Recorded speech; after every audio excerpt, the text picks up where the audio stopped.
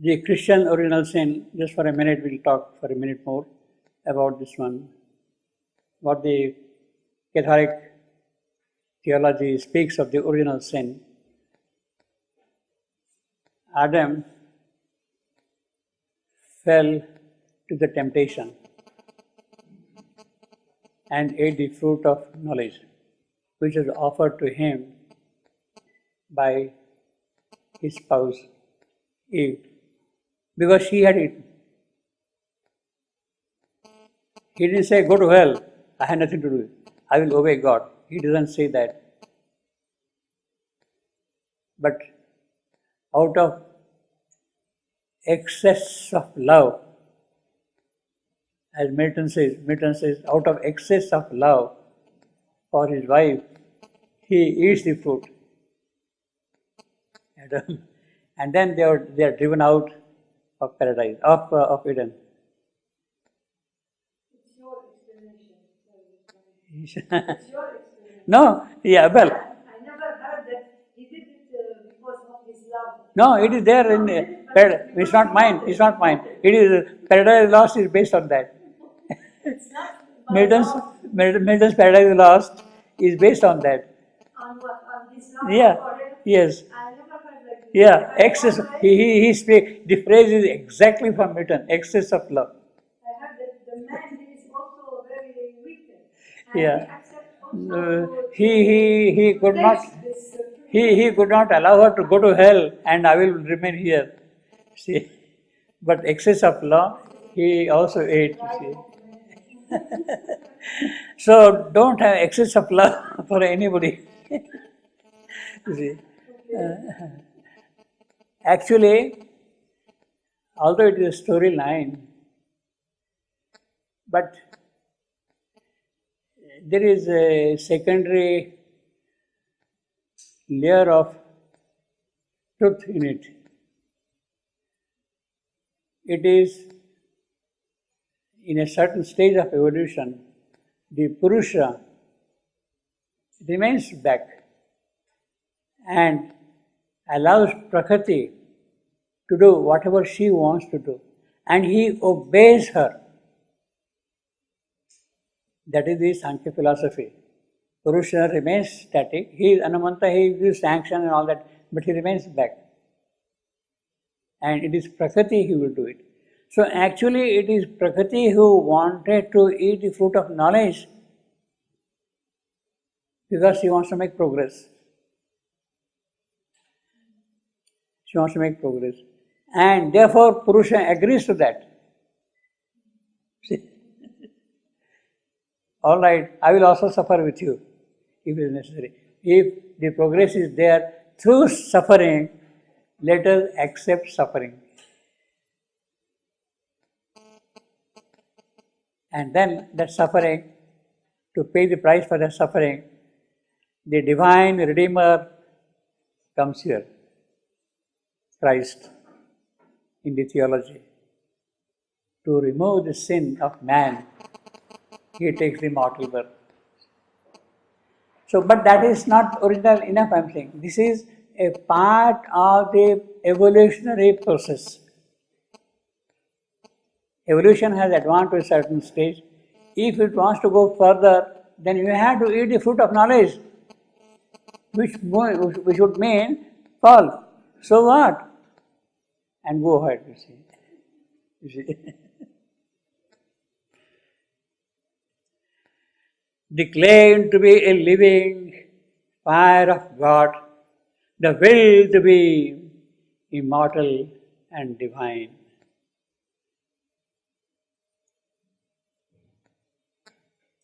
The will to be. The will to be.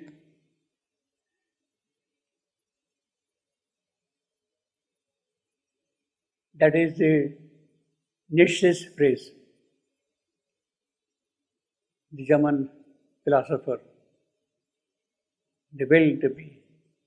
And he sees everything in the context of evil and good. He sees everything in the context of the will to be. So here, the will to be is to really gain greater, higher freedom, to make progress. So, in that sense, to some extent, Nietzsche did catch hold of the truth of the whole process.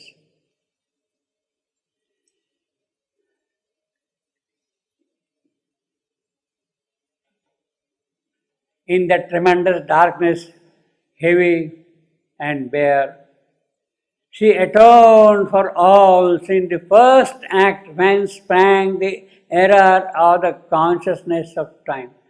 First act, she atoned. So it is not what she is doing in the evolutionary process, but the divine goddess was compelled to take the mortal birth. She accepts to take the mortal birth. For what? To atone the act of error of consciousness of time. The four powers are separated away from the divine source. And to atone that, the error which is committed because of that, it is she then who comes here as immortal. So it is simultaneously both metaphysically at the level of the separation, the problem of creation, and in the narrative, Savitri entering into the kingdom of death. The error of consciousness of time, the rending of the inconscient seal of sleep. So that is what we have got. We are bound by inconscience all along. To remove that seal of inconscience, she has come here for that purpose. So her original sin is actually this consciousness, the divine consciousness has entered into the inconscience. That is the first sin. The primal and unpardoned revolt that broke the peace and silence of the nothingness. See, until now nothingness was happy. But when the divine consciousness enters into the inconscience, it gets disturbed, it gets perturbed.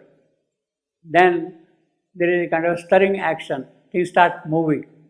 Until then it was absolutely dead, quiet, silent all along. The peace and silence of the nothingness, which was before a seeming universe, appeared in a vanity of imagined space, and life arose, engendering grief and pain. So when that consciousness entered the inconscience,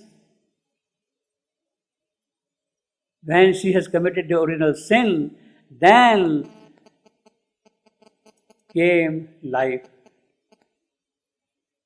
Life, of course, full of happiness and full of pain, because it is now in the inconscience. Grief and pain. A great negation was the real surface, prohibiting the vain process of time. So that negation will not allow time to move forward, to march forward, you see. And when there is no world, no creature more, when time's intrusion has been blotted out, it shall last. That nothingness, that inconscience, it shall last. It unbodied, saved from thought, at peace. So there is full of metaphysics here already. In fact, the whole life divine is compressed in a few sentences, you see. Yeah.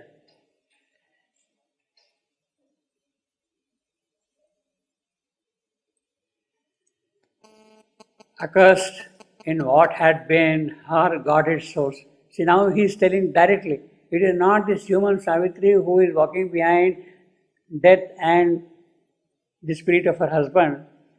It is the Godhead source, the divine goddess, who is accursed to take these things.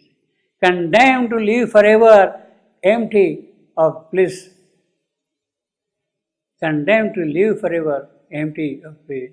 Her immortality, her chastisement, her spirit, guilty of being, wandered doomed, going forever through eternal night.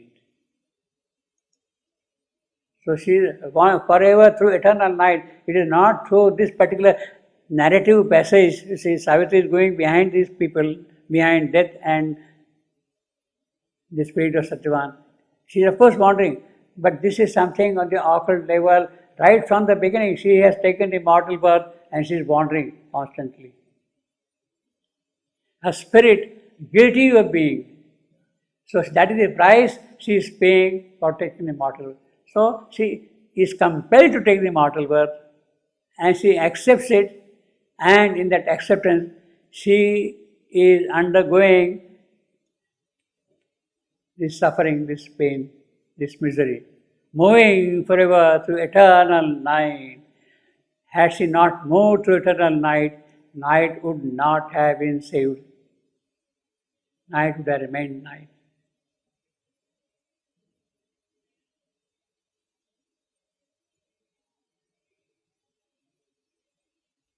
So you have to read Savitri at both the levels simultaneously, as a narrative and as a spiritual history. It is simultaneously a legend and a symbol. The legend is Savitri is following death and the spirit of Satyavan through the realms of night. The symbol is, it is at the higher level of the creation's process of bringing out the divine life upon earth that she is undergoing through this whole thing. So it is simultaneously a legend and a symbol. So you can't separate them. You have to read both of them simultaneously, as a story as well as a description of the spiritual process. But Maya is a veil of the absolute. A truth occult has made this mighty world. The eternal's wisdom and self-knowledge act in ignorant mind and in body's steps. But Maya, so it looks like an illusion, a fiction, a creation of mind. But what is that? It is ultimately the veil of the Absolute. The Absolute himself has drawn that veil. Savitri has stepped into this creation.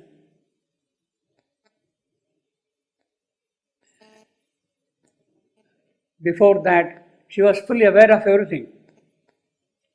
But now, because she has stepped into this creation, there is a kind of veil to shut her off from the Absolute.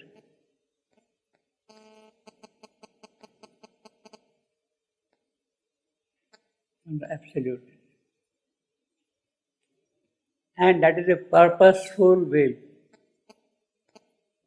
It is a veil with a meaning. Because if you don't remove your contact with the Absolute that way, then you will not be able to see what is the reality here and try to bring it up properly. That is a Maya. That is the play, so to say, of the whole thing. That is also a kind of an illusion. And therefore he says, the inconscient is the superconscient's sleep. It is not different from superconscience. It is the same thing. But superconscience, which has kept its awareness away from itself.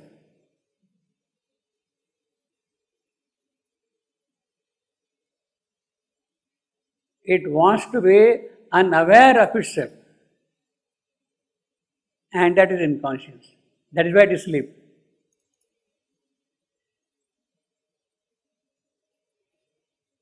So the whole thing is Actually, we should do a life divine.